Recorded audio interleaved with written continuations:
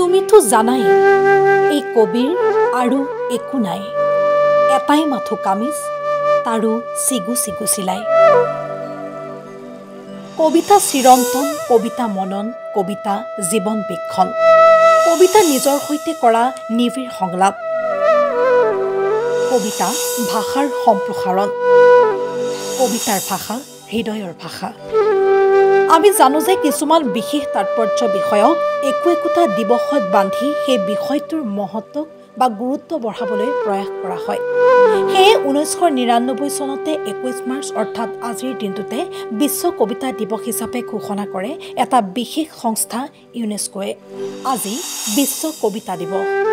এই দিনটো উদযাপন কৰাৰ উদ্দেশ্য হৈছে সমগ্ৰ বিশ্বতে কবিতা পঢ়া লিখা প্ৰকাশন কৰা আৰু শিক্ষাক উৎসাহিত কৰা আৰু লুপ্তপ্ৰায় মাতৃভাষাক আগুৱাই নিয়াৰ আখৰেৰে আগবাগ কৰা কেইটামান শব্দ মাথো সেই শব্দকেইটাৰ মাজতে লুকাই থাকে মানুহৰ শ্ৰেণী সংগ্ৰাম জীৱন সংগ্ৰাম মানুহৰ চেতনা যন্ত্ৰণা প্ৰেম সকলো সাৰ্বজনীন অনুভূতি আপুনি বাৰু কেতিয়াবা কবিতাৰ প্ৰেমত পৰি পাইছেনে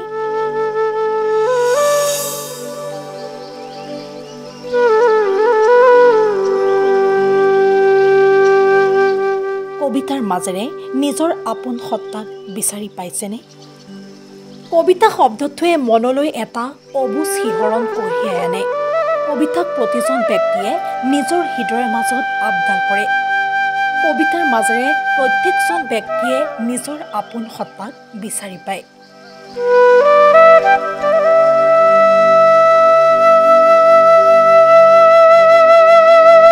কবিতা আটাইতকৈ স্পৰ্শকাতৰ আৰু জনপ্ৰিয় বিভাগ যিয়ে সাহিত্যক যুগে যুগে চহকী কৰি আহিছে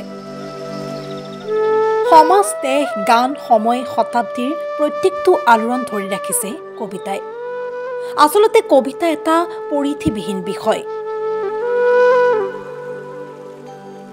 কবিতাৰ বিষয় যিমানেই কৈ যাওঁ ই কেতিয়াও শেষ নহয় কবিতা অশেষ এটা কথা ঠিক কবিতা জীৱনৰ বাবে জীৱন কবিতাৰ বাবে